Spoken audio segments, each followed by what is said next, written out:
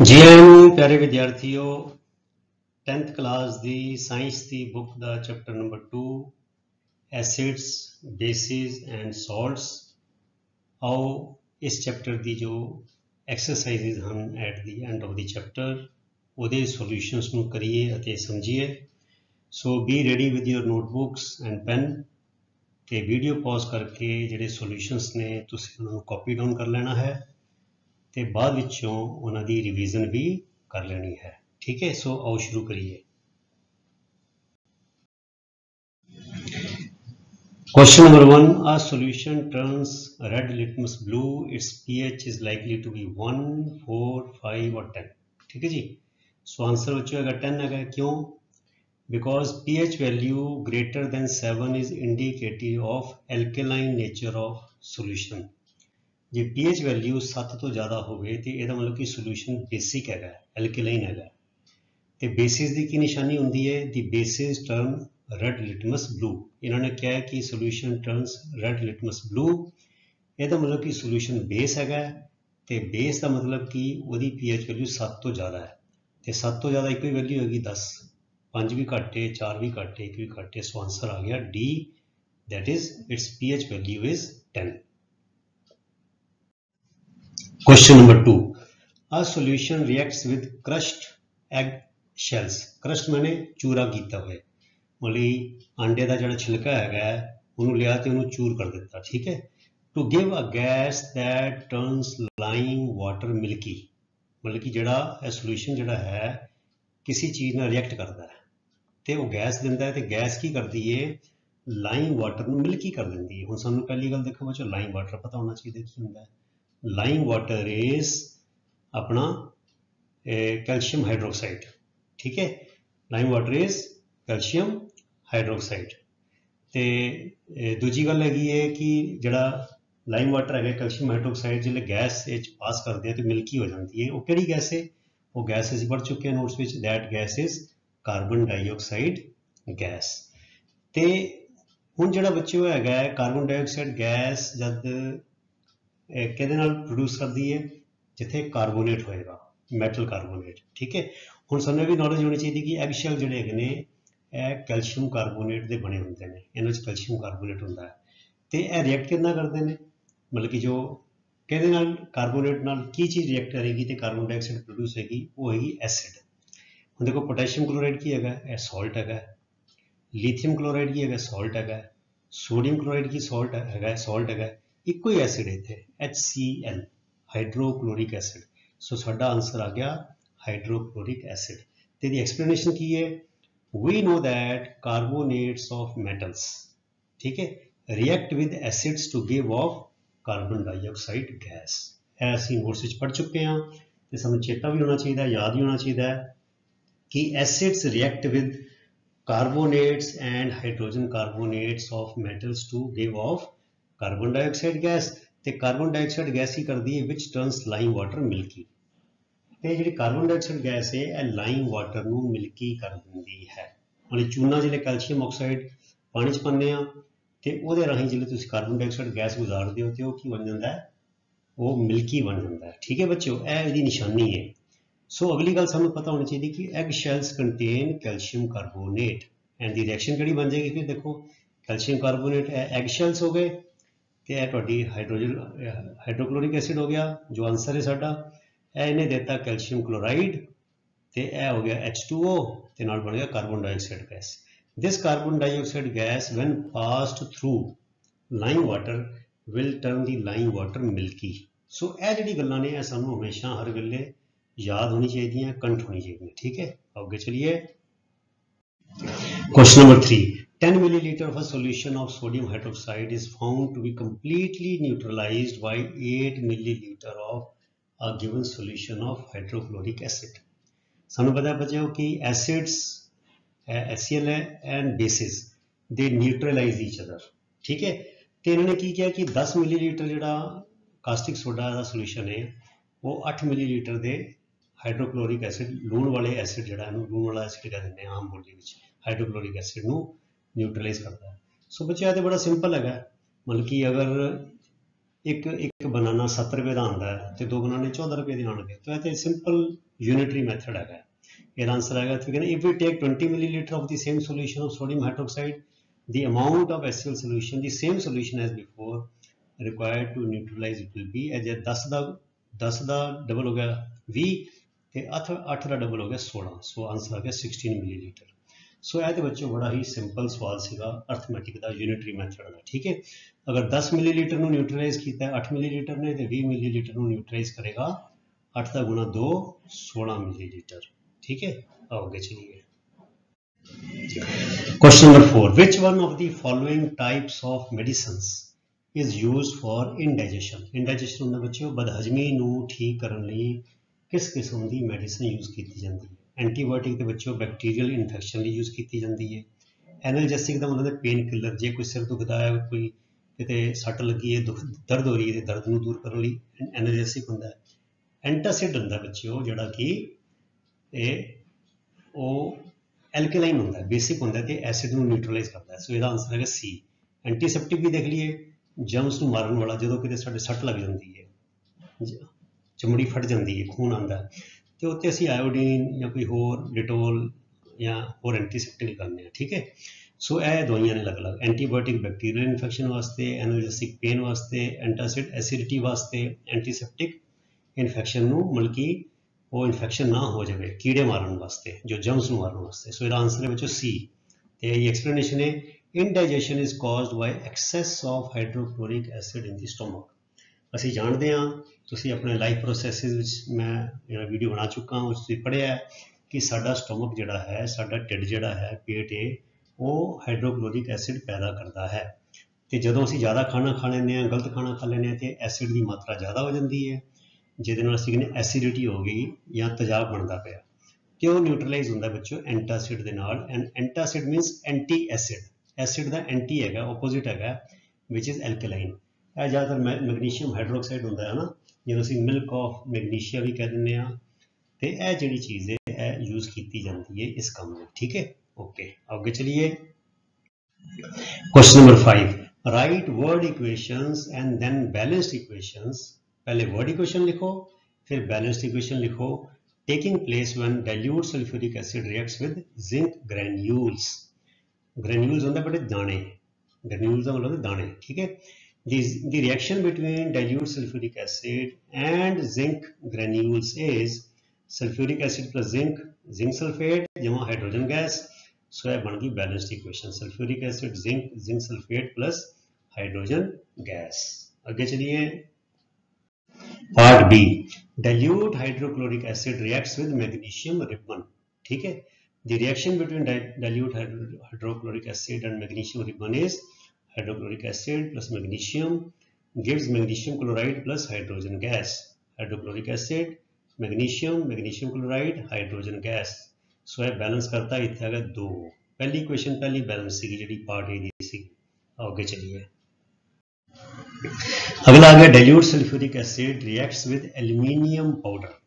ठीक है, सो यह की बन जाएगी dilute sulphuric acid plus aluminium gives aluminium sulphate जमा हाइड्रोजन गैस। सो सल्फ्यूरिक एसिड एल्यूमिनियम बन गया एल्यूमिनियम सल्फेट, बन गई hydrogen gas.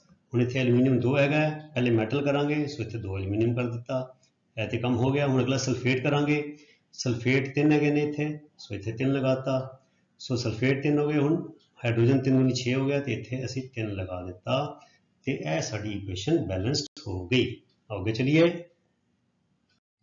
ਪਾर्ट D, dilute hydrochloric acid reacts with iron fillings.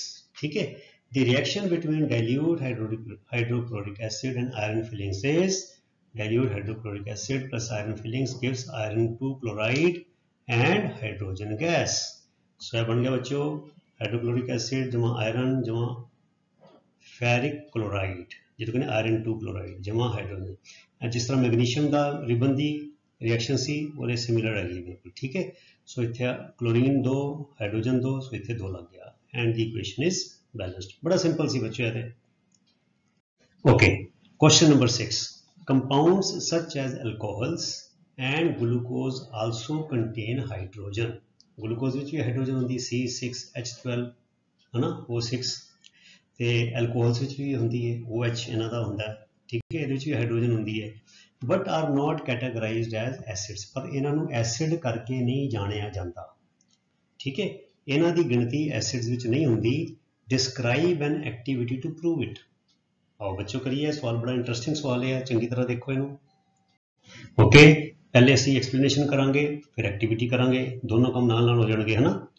So alcohols and glucose contain hydrogen, उन्हां कोल hydrogen हुंदा है, but they are not categorised as acids, उन्हां नूं एसिड की गिनती विच नहीं गिणिया जांदा, बिकॉज क्योंकि अनलाइक एसिड्स, मतलब कि जिवें एसिड करदे ने उदां नहीं करदे, अनलाइक एसिड्स, इहदा मतलब कि एसिड्स दे टाकरे ते, ठीक है, they do not dissociate and produce hydrogen aqueous ions, वो टुट के पानी विच टुट के हाइड्रोजन आयन नहीं बनाते in water.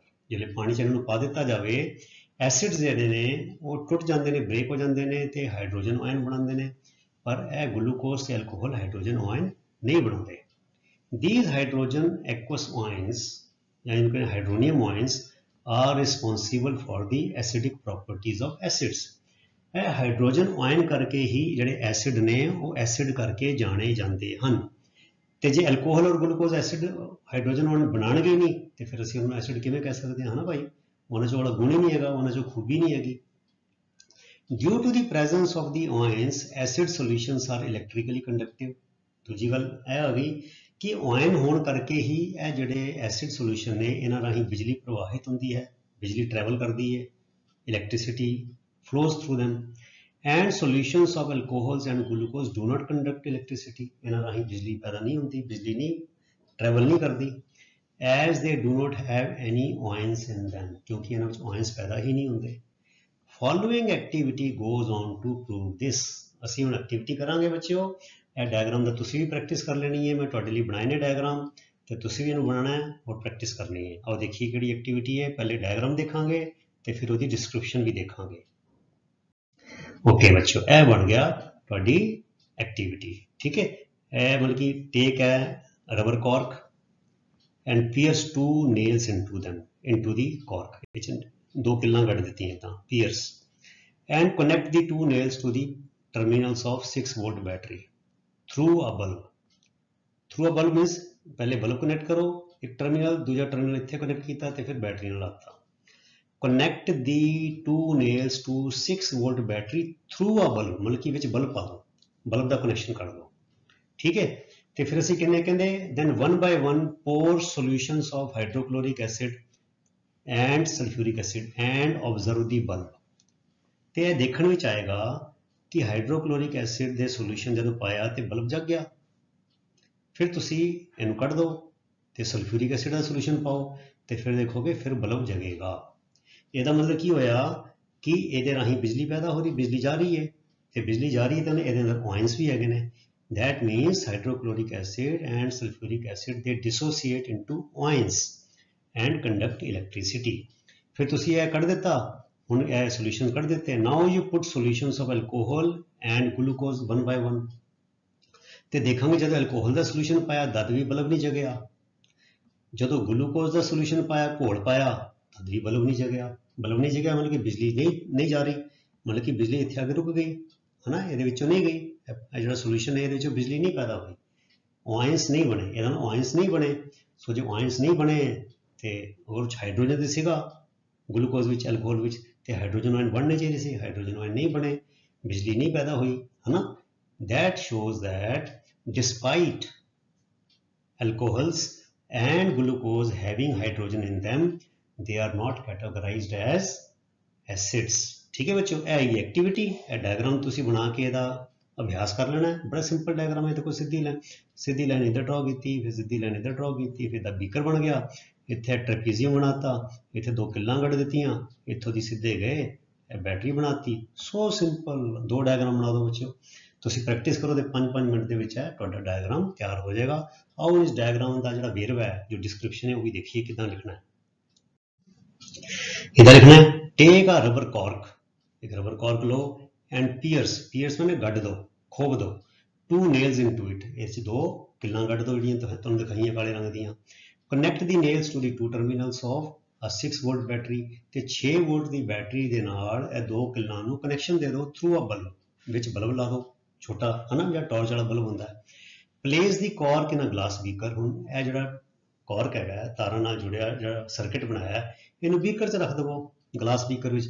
pour dilute solutions of chloric acid, hydrochloric acid and sulfuric acid one by one, एक एक करके पाओ and observe the bulb, ਤੇ ਬਲਬ ਨੂੰ ਦੇਖੋ। the bulb will be seen to glow, ਤੇ ਦੇਖਾਂਗੇ ਕਿ ਜਦੋਂ ਸਲਫਿਊਰਿਕ ਐਸਿਡ ਦਾ ਸੋਲੂਸ਼ਨ ਪਾਇਆ ਜਦੋਂ ਹਾਈਡਰੋਕਲੋਰਿਕ ਐਸਿਡ ਦਾ ਸੋਲੂਸ਼ਨ ਪਾਇਆ ਤੇ ਬਲਬ ਜਗ ਗਿਆ।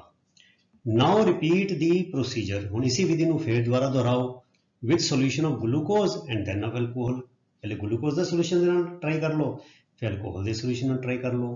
it will be seen, it will be observed, ਇਹ ਦੇਖਿਆ ਜਾਏਗਾ that the bulb does not glow, bulb ਨਹੀਂ ਜਗਦਾ in the cases of alcohol and glucose, sulphuric acid ਤੇ ਹਾਈਡਰੋਕਲੋਰਿਕ ਐਸਿਡ ਦੇ ਕੇਸ ਵਿੱਚ ਬਲਬ ਜਗ ਗਿਆ ਪਰ ਅਲਕੋਹਲ ਤੇ ਗਲੂਕੋਜ਼ ਦੇ ਕੇਸ ਵਿੱਚ ਬਲਬ ਨਹੀਂ ਜਗਿਆ। ਠੀਕ ਹੈ, ਆਓ ਦੇਖੀਏ glowing of the bulb, bulb ਦਾ ਜਗਣਾ indicates, ਇਹ ਦੱਸਦਾ ਹੈ that there is a flow of electric current through the solution and the electric current is carried through the solution by ions, bulb ਦਾ ਜਗਣਾ ਇਹ ਦੱਸਦਾ ਹੈ ਕਿ ਘੋਲ ਵਿੱਚੋਂ ਬਿਜਲੀ ਜਾ ਰਹੀ ਹੈ ਤੇ ਬਿਜਲੀ ਤਾਂ ਜਾਏਗੀ ਜੇ ਘੋਲ ਵਿੱਚ ions ਹੋਣਗੇ by the ions। acids contain hydrogen ions as cation positive ion and anion as such as chloride ion in hydrochloric acid and sulfate ion in sulfuric acid। ਇਹ ਬੱਚੋ 4 ਉੱਪਰ ਚਲਾ ਕੇ ਗਲਤ ਹੋ ਗਿਆ, ਇਹ 4 ਥੱਲੇ ਆਏਗਾ, ਇਹ ਠੀਕ ਕਰ ਲੈਣਾ ਬੱਚੋ, ਇਹ ਇੱਥੇ ਗਲਤੀ ਹੋ ਗਈ, ਇਹ 4 ਉੱਪਰ ਨਹੀਂ ਹੈਗਾ 4 ਥੱਲੇ ਹੈਗਾ। ਠੀਕ ਹੈ, ਇਹ ਟਾਈਪਿੰਗ ਗਲਤੀਆਂ ਹੋ ਜਾਂਦੀਆਂ ਬਾਰ-ਬਾਰ ਮੇਰੇ ਕੋਲੋਂ, I am sorry for that, ਇਹ 4 ਇੱਥੇ ਆਏਗਾ। ਠੀਕ ਹੈ ਥੱਲੇ। this suggests that acids produce hydrogen aqueous ions in solution which are responsible for their acidic properties, ਮਤਲਬ ਕਿ ਇਧਰੋਂ ਐਸਿਡ ਹੁੰਦਾ ਹੈ ਕਿ ਜਿਹੜੇ ਐਸਿਡ ਨੇ ਉਹਨਾਂ ਵਿੱਚ ਹਾਈਡਰੋਜਨ ਆਇਨ ਪ੍ਰੋਡਿਊਸ ਹੁੰਦੇ ਨੇ and no ions are produced in the case of alcohol and glucose, ਤੇ glucose ਤੇ alcohol ਦੇ ਕੇਸ ਵਿੱਚ ਕੋਈ ਆਇਨ ਪ੍ਰੋਡਿਊਸ ਨਹੀਂ ਹੁੰਦੇ, hence the bulb also does not glow, ਇਸੇ ਕਰਕੇ ਬਲਬ ਵੀ ਨਹੀਂ ਜਗਦਾ, so they are not categorized as acids, ਇਸ ਕਰਕੇ ਇਹਨਾਂ ਨੂੰ ਐਸਿਡਸ ਦੀ ਗਿਣਤੀ ਵਿੱਚ ਨਹੀਂ ਗਿਣਿਆ ਜਾਂਦਾ। ਠੀਕ ਹੈ, ਆਓ ਚਲਿਏ question number 7, why does distilled water not conduct electricity whereas rain water does? distilled water ਜਿਹੜਾ ਪਿਓਰ ਪਾਣੀ ਹੈਗਾ ਜਿਹੜਾ ਭਾਪ ਬਣਾ ਕੇ ਭਾਪ ਨੂੰ ਕੰਡੈਂਸ ਕਰਕੇ ਪੈਦਾ ਹੁੰਦਾ ਹੈ ਡਿਸਟਿਲਡ ਵਾਟਰ, ਉਹ 'ਚੋਂ ਬਿਜਲੀ ਨਹੀਂ ਜਾਂਦੀ ਪਰ ਰੇਨ ਵਾਟਰ ਵਿੱਚੋਂ ਬਿਜਲੀ ਜਾਂਦੀ ਹੈ। ਕਾਰਨ ਕੀ ਹੈ ਦੱਸੋ? ਸੋ ਕਾਰਨ ਹੈ conducting solutions conduct electricity by ions. ਇਹ ਸਟੇਟਮੈਂਟ ਤੁਹਾਨੂੰ ਚੇਤੇ ਹੋਣੀ ਚਾਹੀਦੀ ਹੈ, ਕੰਠ ਹੋਣੀ ਚਾਹੀਦੀ ਹੈ ਕਿ conducting solutions conduct electricity by ions, ਜੇ ਆਇਨਸ ਹੋਣਗੇ ਤਾਂ ਹੀ ਬਿਜਲੀ ਜਾਏਗੀ। Distilled water does not have any acids bases or salts, ਡਿਸਟਿਲਡ water ਦੇ ਵਿੱਚੋਂ ਭਾਪ ਬਣ ਕੇ ਨਾਨ ਵੋਲੇਟਾਈਲ ਜਿਹੜੀ ਚੀਜ਼ ਹੈਗੀ ਹੈ ਹਾਈਡਰੋਜਨ ਆਕਸੀਜਨ ਹੈ ਨਾ, ਪਾਣੀ ਪਿਓਰ ਪਾਣੀ ਜਿਹੜਾ ਭਾਪ ਬਣ ਕੇ ਆਇਆ ਤੇ ਉਹਨੂੰ ਕੰਡੈਂਸ ਕਰਤਾ ਤੇ ਸ਼ੁੱਧ ਪਾਣੀ ਬਣ ਗਿਆ, ਉਹ 'ਚ ਕੋਈ ਦੂਜਾ ਤੱਤ ਨਹੀਂ, ਉਹ 'ਚ ਕੋਈ ਸਾਲਟ ਨਹੀਂ, ਕੋਈ ਐਸਿਡ ਨਹੀਂ, ਕੋਈ ਬੇਸ ਨਹੀਂ, ਕੋਈ ਮਿਨਰਲਸ ਨਹੀਂ। ਠੀਕ ਹੈ, ਵਿਚ ਕੈਨ ਡਿਸੋਸੀਏਟ ਇਨਟੂ ਆਇਨਸ, ਹੁਣ ਜਦ ਉਹ ਸਾਲਟ ਹੀ ਨਹੀਂ ਹੋਣਗੇ ਬੇਸ ਹੀ ਨਹੀਂ ਹੋਣਗੇ ਤੇ ਉਹ ਬੇਸ ਹੁੰਦਾ ਤੇ ਹਾਈਡਰੋਕਸਾਈਡ ਆਇਨ ਬਣ ਜਾਣੇ ਸੀਗੇ, ਐਸਿਡ ਹੁੰਦਾ ਤੇ ਹਾਈਡਰੋਜਨ ਆਇਨ ਬਣ ਜਾਣੇ ਸੀਗੇ, ਸਾਲਟ ਹੁੰਦੇ ਤੇ metal ions non metal ions ਬਣ ਜਾਣੇ ਸੀਗੇ ਤੇ ਕੁਝ ਸੀਗਾ ਹੀ ਨਹੀਂ ਤੇ ਆਇਨਸ ਕਿੱਥੋਂ ਬਣਨੇ ਸੀਗੇ।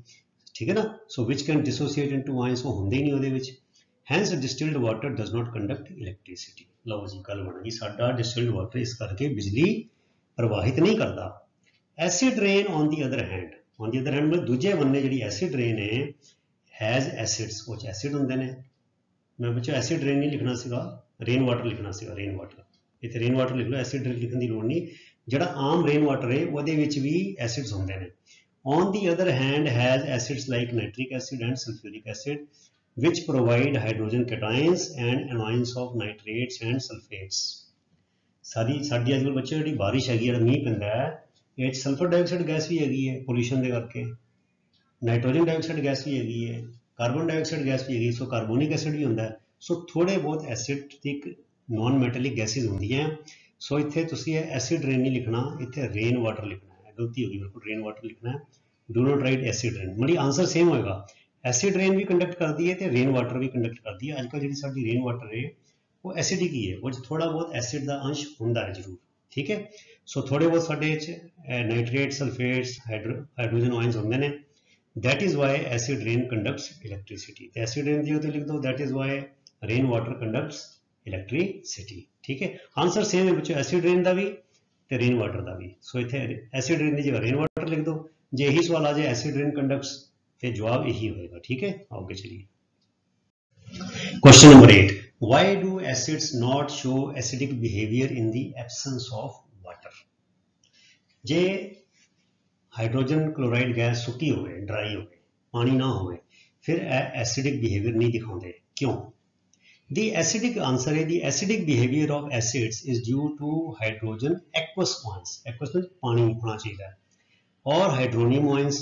The separation of hydrogen ion from the molecular acid cannot occur in the absence of water. पानी के बिना वो हाइड्रोजन आयन बनते ही नहीं है, तो जो हाइड्रोजन आयन बनने ताई वो एसिड की प्रॉपर्टी आएगी, तो जो हाइड्रोजन आयन नहीं बनने फिर एसिडिक प्रॉपर्टी कितों आएगी, है ना जी। So that is why acidic behavior is not exhibited. Exhibited मतलब कि shown, displayed, ठीक है, is not मतलब कि experienced in the absence of water. That is why hydrogen ions are always shown as H plus ਤੇ ਨਾਲ aqueous A क्यों लिखा जाता है, और hydronium ions H3O plus। ਇਹ देखो H plus हाइड्रोजन आयन आ गया तो पानी नाल मिक्स हो गया तो बन गया H3O plus।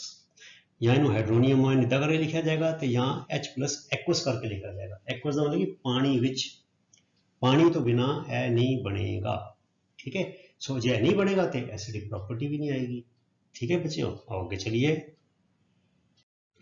Question number 9, 5 solutions A, B, C, D and E when tested with universal indicator showed pH as 4, 1, 11, 7 and 9 respectively. Which solution is neutral, strongly alkaline, strongly acidic, weakly alkaline? Arrange the pH in increasing order of hydrogen ion concentration. बड़ा आसान सवाल है, और देखिए the 5 solutions are A 4 value, B 1 value, C 11, D 7, E 9। Neutral होता है बच्चों pH is 7, so pH is 7, so solution D। ठीक है, strongly alkaline means extreme to the right, मतलब कि सब तो ज़्यादा वैल्यू जी होगी, सब तो ज़्यादा वैल्यू कि सी दी है 11, सो सी आंसर आ गया। स्ट्रोंगली एसिडिक जो सब तो घट वैल्यू होगी पीएच की, तो 1 है, सब तो घट बी पीएच। वीकली एसिड 1 और 7 के विचकार हैगी है, सो 1 और 7 के विचकार 0 और 7 के विचकार किहड़ा है 4 ए, सो इत्थे आ गया ए। फिर वीकली एल्कलाइन 7 होर 7 तो उपर जी हैगी, 7 तो उपर ते किहड़ी हैगी 7 9, सो इत्थे ई आ गया। ठीक है, हुण increasing order of H plus concentration, ये मतलब कि पहले बेस आएगा, मतलब पीएच वैल्यू ज़्यादा आएगी फिर घटती जाएगी, उल्टा हो जाएगा। देखो सब तो ज़्यादा की C 11, फिर उस तो घटेगी 9 E, उस तो घटे 7 D, उस तो घटे 4 A, सब तो घटे pH B आ गया B। This is the increasing order of concentration. H1 H plus सब तो घट, इस तो ज़्यादा, D उस तो ज़्यादा, A सब तो ज़्यादा, B विच सब तो ज़्यादा। जिन्ना ज़्यादा pH घट होएगा उन्नी ज़्यादा H हाइड्रोजन आयन की कंसनट्रेशन ज़्यादा होएगी। ठीक है, आगे चलिए। Question number 10, equal lengths of magnesium ribbons, बराबर दी लंबाई दे मैग्नीशियम की जो पत्ती है रिबन लिया गया in test tubes A and B। Hydrochloric acid is added to test tube A while acetic acid is added to test tube B. Amount and concentration taken for the both the quantities are, both the acids are same, इक्को जी concentration वाले ते इक्को जी quantity वाले। In which test tube will the fizzing होंदा बच्चों जो बुलबुले निकलते नाल ना, वो जिदा सप दे फुंकारे वाली आवाज नहीं, हिसिंग, इनको हिसिंग साउंड, फिजिंग।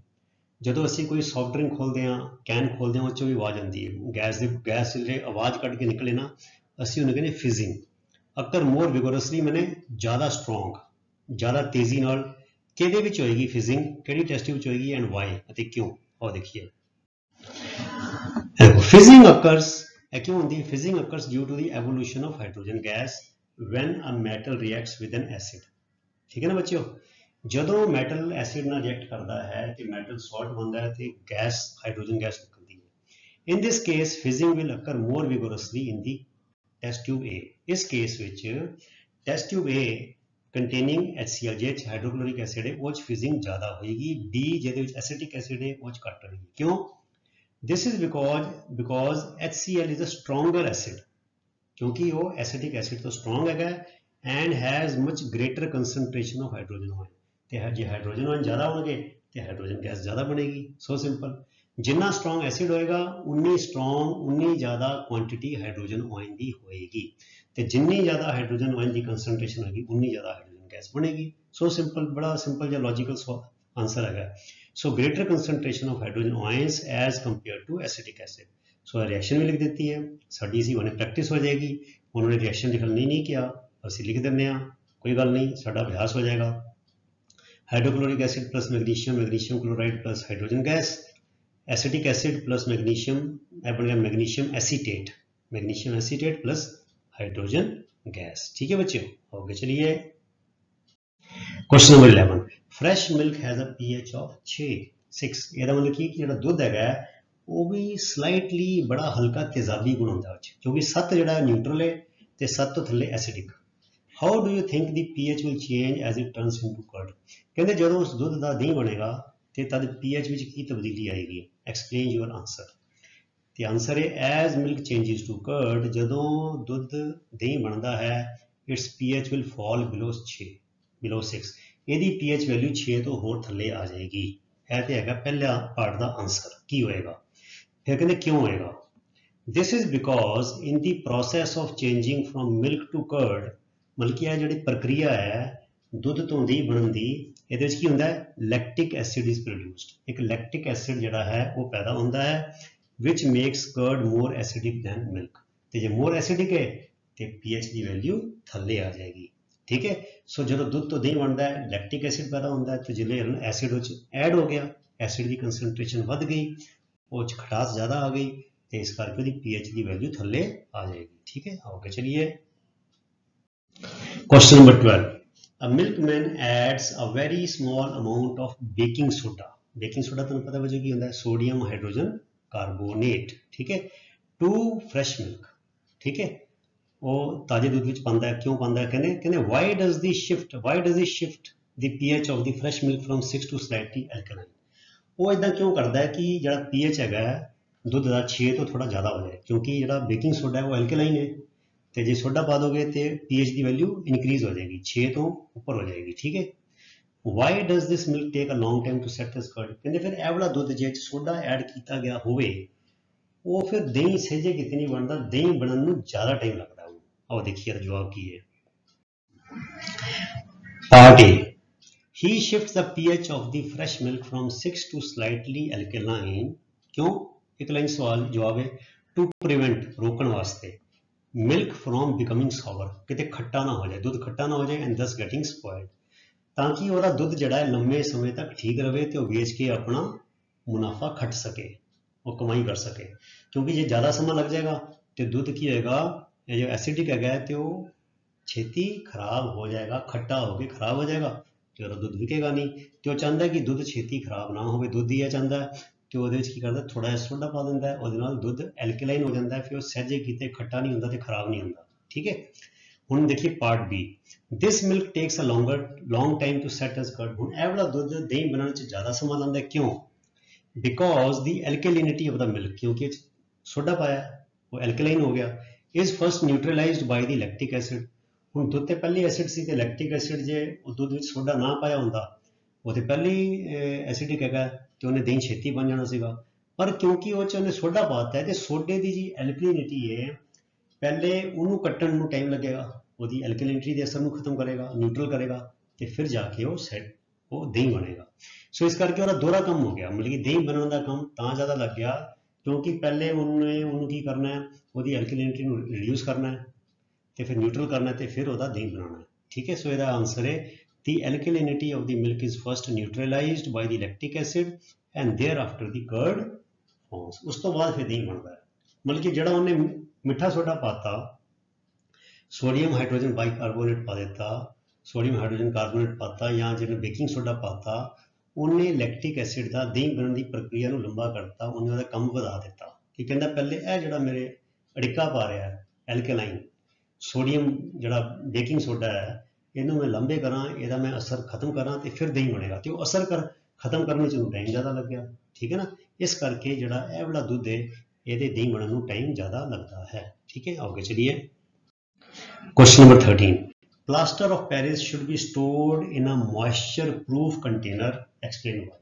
कहना POP ਨੂੰ ਡੱਬਾ ਬੰਦ ਵਿੱਚ टाइट करके रखना चाहिए है, ਜਿਹਦੇ ਵਿੱਚ ਨਮੀ ਨਾ ਜਾ ਸਕੇ, ਬਾਹਰਲੀ जो सिल्ली हवा है, नमी हवा है, ह्यूमिड मॉइस्ट एयर है, वो अंदर ना जा सके, इदा क्यों। सो ये बच्चे असीं नोट्स पढ़ चुके हैं। तो यदा जवाब है plaster of Paris should be stored in a moisture proof container to prevent it from coming in contact with moisture, ताकि वो नमी दे कॉन्टैक्ट विच ना आ सके, नमी दे नाल उहदा जोड़मेल ना होवे। जे नमी नाल जोड़मेल होएगा की होएगा, and the solidifying into gypsum, नहीं तो फिर की होएगा पानी नाल रिएक्ट करके वो जिप्सम बन जाएगा, तो जिप्सम बन के फिर जो प्लास्टर वो नहीं बन जाता, जिले प्लस्तर लाइदा हड्डियां टुटदियां तो किदां पत्थर बन जाता है, तो सारा POP खराब हो जाएगा, सत्यानाश हो जाएगा। वो जिहड़ा जिन्हें रॉ मटीरियल कच्चा माल अपने को रखा है अपना काम करने लई, वो सत्यानाश हो जाएगा, पत्थर बन जाएगा। सो ताकि वो इस तरह तां करता है ताकि पानी के टच विच ना आए, तो टच विच आके वो सॉलिड जिप्सम ना बन जाए। सो रिएक्शन की होंदी है, देख लीजिए, The reaction between POP, plaster of Paris and water is calcium sulfate half molecule of H2O, ਇਹ plaster of Paris the formula ਹੈ। ਤੇ ਜਦੋਂ ਪਾਣੀ ਬਾਹਰੋਂ ਮਿਲ ਗਿਆ ਉਹਨੂੰ 3/2 H2O, ਮਤਲਬ ਕਿ 1.5 molecules of water, ਤੇ calcium sulfate 2 molecules of water of crystallization, ਇਹਨੇ gypsum ਬਣਾਤਾ।